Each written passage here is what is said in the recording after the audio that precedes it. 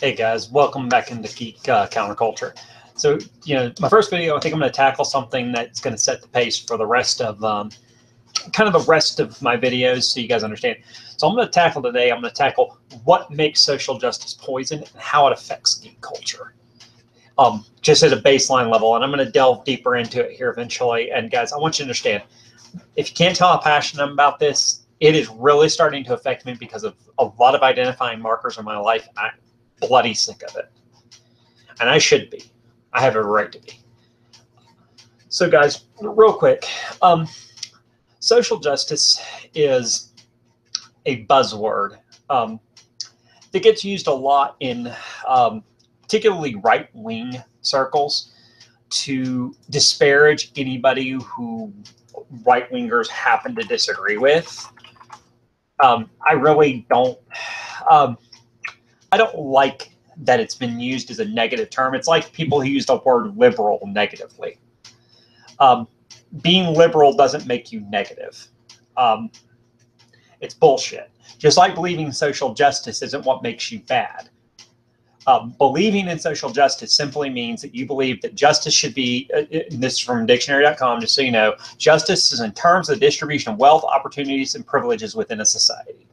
So there's nothing wrong with believing you should give more to people who have less, or opportunities to people who you believe are historically oppressed. Not in and of itself, guys. So I want you to understand, social justice becomes poison because of the practitioner. So here's the thing with social justice, and I want people to understand my passion for this is where this comes from, guys. Social justice is poison because social justice believes in group thinking, groupthink, and tribalism, and nothing else. There is no individualism within social justice. It doesn't matter that you can take two black people, for example, from very similar circumstances and have two totally different human beings from those circumstances. They're both black, so they must be treated the same under social justice. And that's bullshit. We all know that.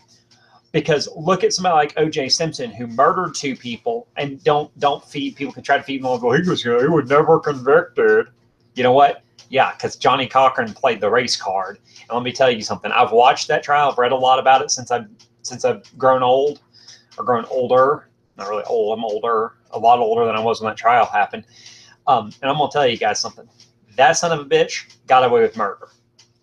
Johnny Cochran took a mistake, a stupid decision by a white cop, and conflated it with every cop on the police force and made it look like that entire thing was tainted by racism. He would have never gotten off if Mark Furman hadn't been stupid. That's a different story. But look at O.J. Simpson. Murdered two people, held a guy captive at gun or knife point, tried to rob him. Even though he was technically trying to get his property back, he kidnapped somebody. Yeah, he spent his time in jail. He's getting out of jail now, blah, blah, blah. And you know what? That guy came from a position of privilege. No matter what you think, when you think of privilege, you think of a guy that made millions of dollars to play a sport. Millions to play a sport, and then the licensing fees that came from advertising and post-career stuff. He's a Hall of Fame player. He's made probably over his lifetime billions of dollars. He doesn't have any of it left because of the stupid decisions he made, but he had a lot going for him when he killed those two people, when he was accused of killing those people. We'll play the when he was accused game, guys. So understand, when he was accused of killing those two people, end of story, full stop. He unadulteratedly, completely got away with that. And he was in a position of authority, in a position of power. And he had control, and he had a lot of things that we would consider privileged positioning. It's bullshit. And you know what? Guess what? He's black. He was in a position of authority and power. He had way more power and money and control over his life than I do.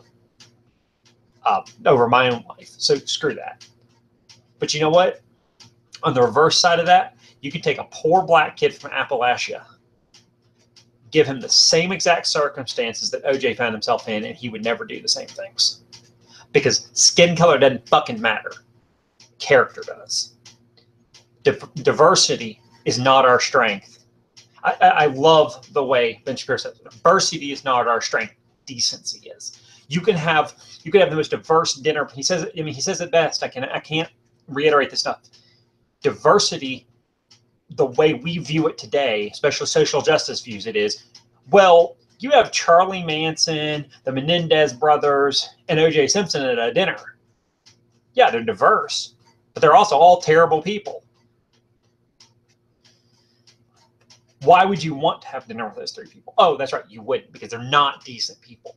Decency is your strength. Decency is the way we should view people. And social justice is precisely poisoned because it doesn't view us through character. It ignores the essence of what Martin Luther King said, that one day we'd be able to judge people by the content of their character, not the color of their skin.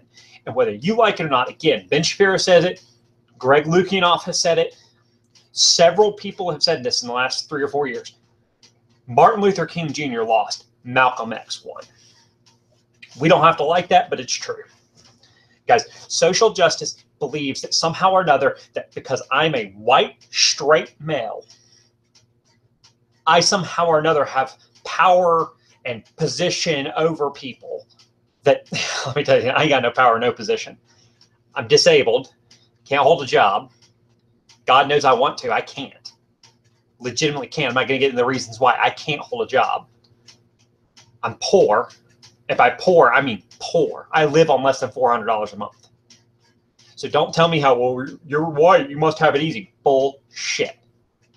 Even if I gave up all 3 of my pets right now, that would only give me about $30 extra a month. And by the way, that $30, I'm counting it in the less than $400 I get a month. So people suck my left nut till the right one jiggles over that. I have no control over my own life, much less other people. So don't feed me some line about how the oppression Olympics apply to me, because they don't. Social justice tells you they do, but they don't. It's poisoned precisely because of the tribalistic nature. No, there is no such thing as white privilege or black oppression. Here's the thing. There's white racist, there's black racist. There's people in the black community that are anti-Semitic, there's white people that are anti-Semitic. There are Muslims that are anti-Semitic. It's a character problem. Social justice ignores the baseline of individual responsibility and pushes out things like critical race theory, not even third wave, fuck third wave. We're in 4th wave of feminism, where men are all rapists and evil, and we have no control over our own lives. All we're going to do is to listen to 4th wave feminists. We have like computer programs in our brains telling us when the perfect opportunity to rape somebody comes along. It's bullshit. We all know that. That's the sad thing. As the majority of the geek community, we all know that. That's the bullshit that leads to Tumble Arena posts. And by the way, I hate that term, but it's the only way I know how to describe people like that. There's Tumble Arena posts about, I got raped like 41 times in a fucking game store. No, you didn't. You're a lying bitch. I'm just going to say it now. You are a lying bitch. So let me tell you something. Even if you did get raped 41 times in a goddamn game store, if you went back after the first one, that's your fucking fault.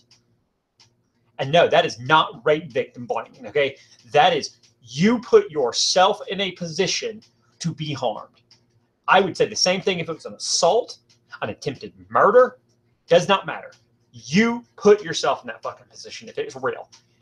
Reason I don't believe it's real is because nobody's that fucking stupid. It's the same thing as the 1 in 4 rape statistic that you hear all the time. 1 in 4 women on campus will be raped. No, they won't. Because let me tell you something. 1 in 4 women on campus are raped in America.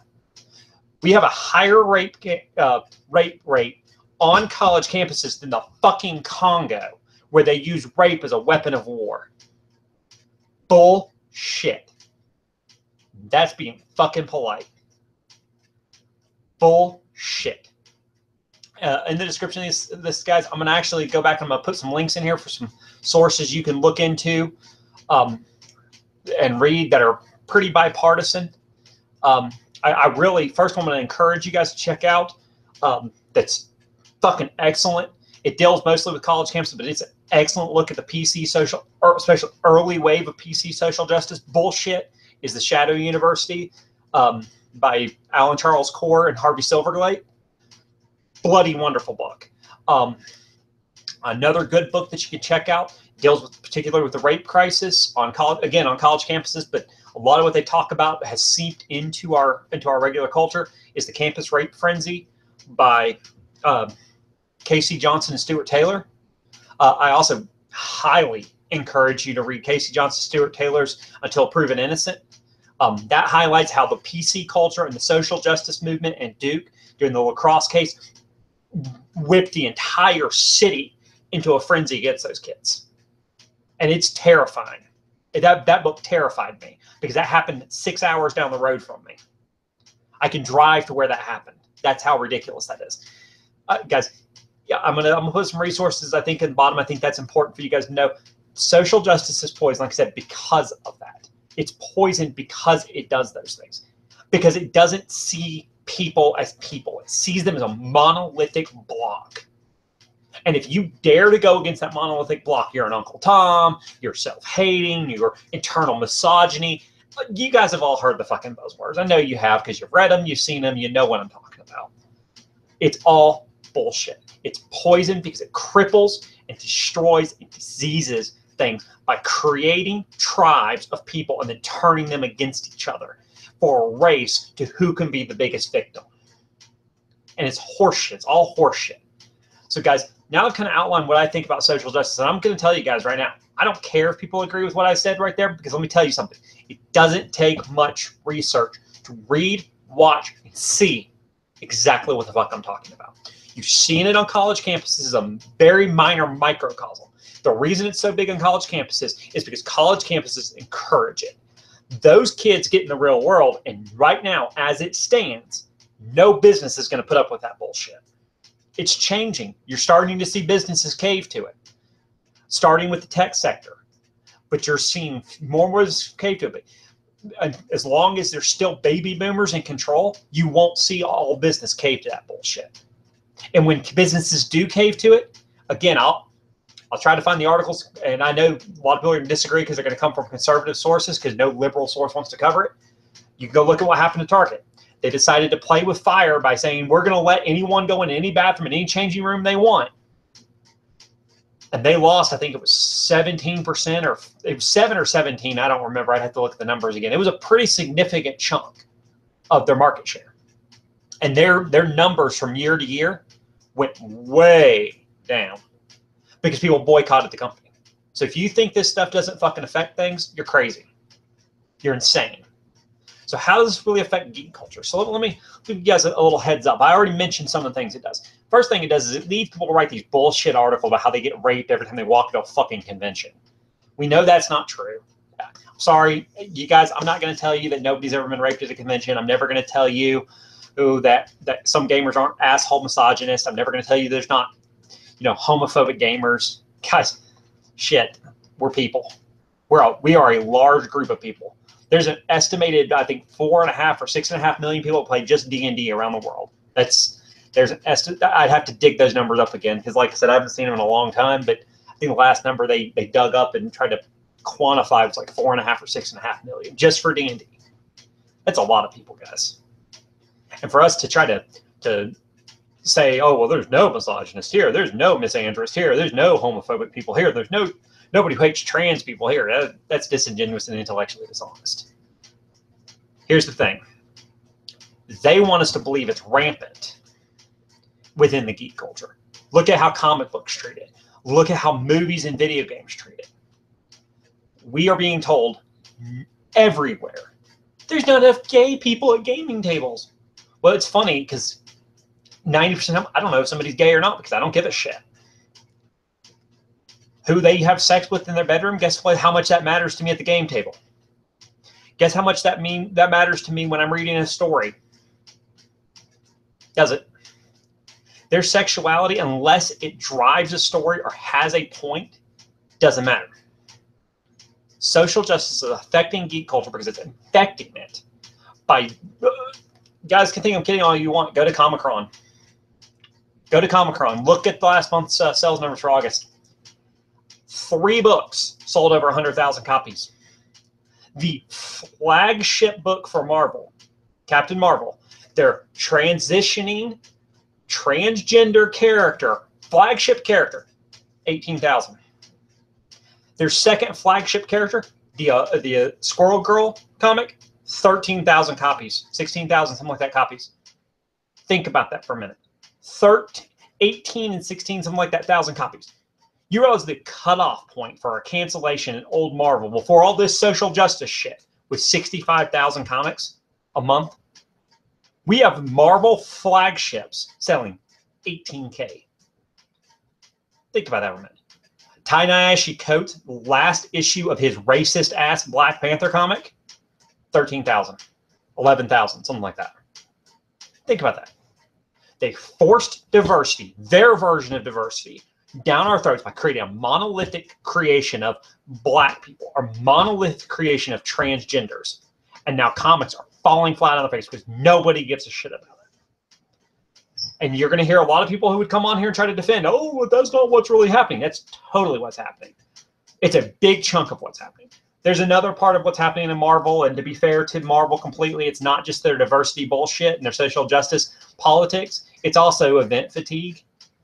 People are tired of events. I mean, right off the hills of Civil War II comes Hydra Cap, which comes Secret Empire, which comes Generations, which comes Legacy. And oh my God, it's just event fatigue. They're just event. And people are tired of it. I'm going to be honest with you, I ain't paying $5 a month for Hydra Cap crap anyways. It was so full. I've read numerous reviews on Secret Empire, and it's terrible. Nobody thinks it's any good. I mean, outside of the dickhead who wrote it, nobody thinks it's any good. What's his name? Nick Spencer, I think. Can't remember his name. Spencer's the last name. I just don't remember his first name around, but he wrote Secret Empire. There are people, and you can go watch Captain Cummings. You can go watch the videos from him. You can go watch Diversity in Comics. A couple other people have done it. They've gone to their local comic stores, and they've taken pictures of Secret Empire, and they're this thick of unsold copies. Secret Empire sucked. It's only Secret Empire 10, I think its number was like 44, 48,000. But the problem is that's the number shipped. That's not the number that's actually sold. So it's probably horribly inflated comparatively. So guys, like I said, social justice is infecting the hobby. That's how all this connects to the hobby. They've created a monolithic block telling us how we should care about race and gender and sexuality, and we didn't care in the 90s when I started. And I'm going to tell you, I know guys that started in the 80s. I know guys who started as early as the late 70s into a lot of what we consider geek culture now, which was D&D and comics really kind of, I would say comics broke out probably in the 50s or 60s, less so in the 70s. But a lot of people, what we consider now geek culture people, which is they collect comics, they read a lot of fantasy sci-fi, they watch a lot of, watch a lot of nerdy shows like Firefly and that kind of stuff. Those people kind of didn't break out to the mid 70s, probably. I'd say the early mid 70s when they broke through, and then role playing came along, and miniature wargaming really kind of came into its own about the same time in the 80s. Because that culture, when it started, they'll tell you the same thing I'm telling you now. You don't understand that hobby until you get into a position where you are part of it. The people that'll tell me how, well, you just don't understand why we need more Black people in gaming tables. Yes, I do. And I'm not opposed to more Black people coming into our hobby. I'm not opposed to more gay people sitting in game tables or trans people.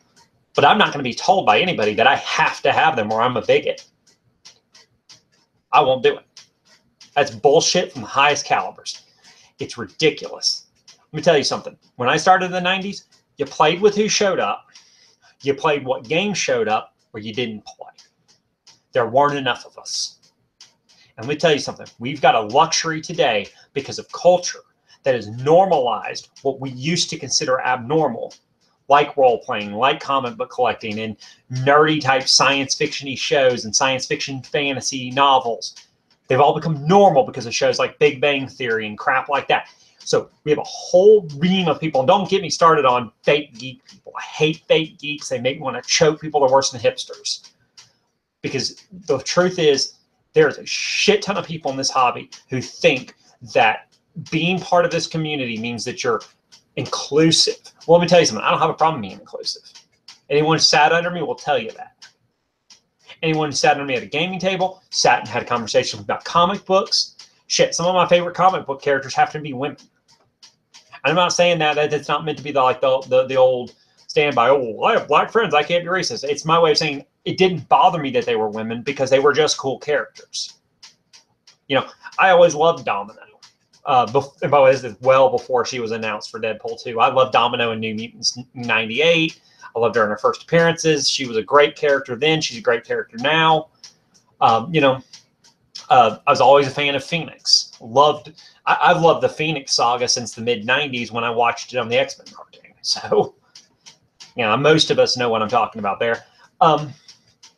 There's just this rash of people that have come along, and social justice has come into our hobbies in our community and said, no, you need, that character can't be a man because that's a cisgendered white male and he doesn't represent the community. Well, explain to me why Iron Man had to become a 16-year-old black girl again. Oh, wait, he didn't, because they're pandering to a group of people who don't really give a shit. Fuck people like me who have been reading, you know, I remember Iron Man being a heroin addict. So there you go. You know, fuck people like me.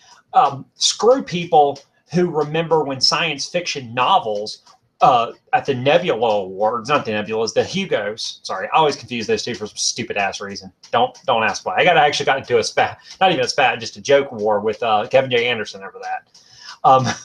But the Hugos, where they're no awarding more categories in the last 3 years, they've no awarded more categories. They literally almost tripled the number of no awards since the awards started in 3 years. Contemplate that. Because people like Vox Day and David Coretta and all those guys put people on the ballot, and the social justice shit wards refuse to allow those people to win. And by the way, the people that they fucked out of awards are good people. Kevin J. Anderson was up for his first Hugo. They fucked him out of it. Jim Butcher was up for a Hugo for Skin Game. They fucked him out of it. Why? Why did they do it? Oh, wait. I'll tell you why. Because it was more important to virtue signal and tell everyone how great they were and how they were better than all of us non-justice, social justice-y people than it was to give the award to the best book. Instead, they wanted to give it to some book about the mythical unicorn of SJW Oppression Olympics, which is the transgender black midget hit from the inner city that comes from no money, but somehow or another, or, you know, wins every oppression award ever because nobody can possibly like them. It's bullshit. Nobody cares. No real fan cares. No real fan in science fiction believes jackasses like Philip Pullman belong in the community. You know why? Because nobody believes that any person in a community should use their position as a noted author to push an ideological concern. It's horse shit, and again, everyone knows it. Being told that I was a bad person, I was literally told I was a bitter Christian because I objected to Philip Pullman's statements that he was going to use his works, his dark materials, to lead children out of their faith.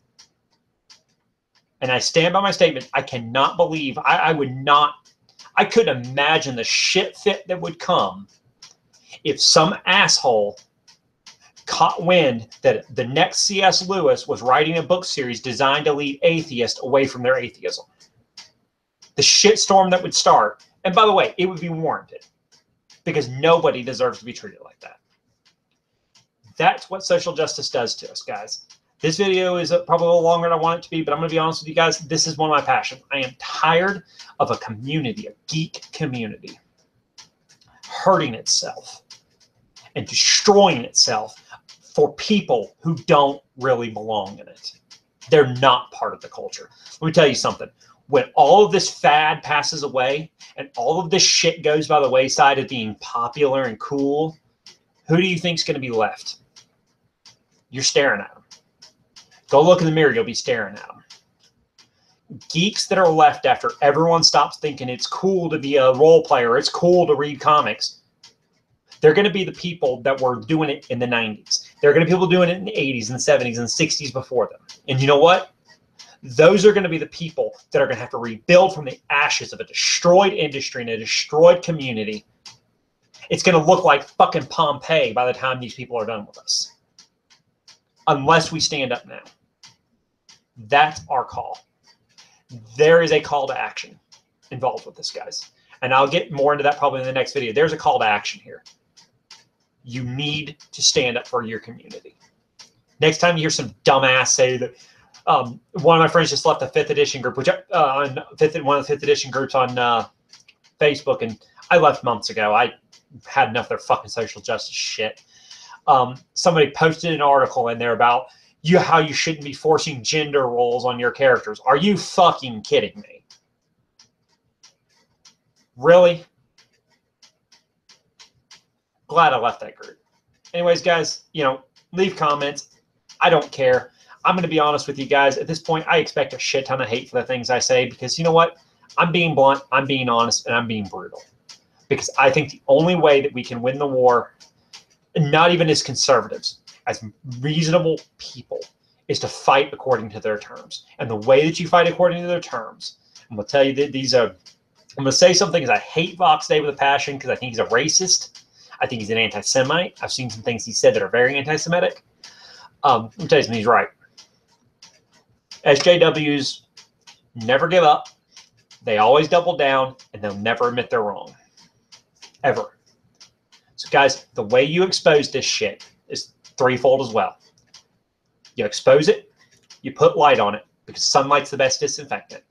Second thing you do is you embarrass. And the third thing you do is you'll laugh at their stupidity, because one thing social justice warriors cannot stand is laughter. They think they're serious, and they don't realize how much of a joke they are. Anyways, guys, like I said, throw your hate. I don't really care. Do what you think you need to do, because I'm going to be honest with you.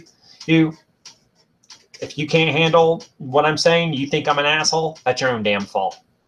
Truth is, if you do enough research on your own, you'll come to a lot of the same conclusions I'm coming to. Our hobby is on the verge of a fucking Gamergate moment. And believe me, guys, we don't want that. Gamergate turned into a clusterfuck a couple of years ago.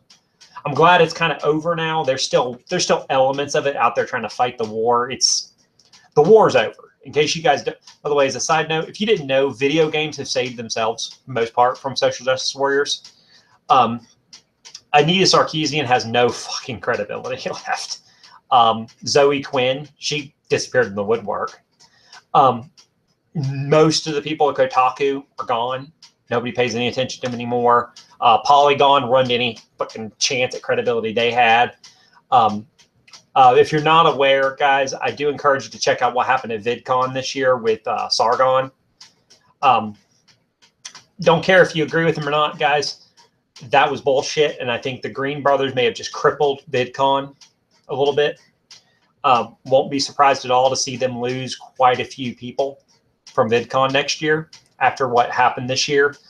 Short version is Anita Sarkeesian got on stage, saw Sargon sitting in the crowd, albeit he was sitting in the front row, and she violently and aggressively verbally assaulted him, which called him a garbage human being, attacked him, straight up attacked him, attacked everyone in the crowd, and then went around trying to gain sympathy by claiming they were harassing her. It was bullshit. And then the Green Brothers tried to defend her. It was bullshit. There's videos out there. You can watch Sargon's videos on it. Some other people have done a couple videos on it that are pretty good. Guys, seriously, social justice. That's what it gets you. Like I said, Gamergate was successful, but guys, it took a toll. It really did. It took a toll. It split the community. So guys, take it with a grain of salt. Really do. Anyways, guys, I really am out. Like I said, hopefully in the next few days I'll be able to do another video. I'm going to start kind of outlining what my goal is and how we can fight the good fight without being harassing.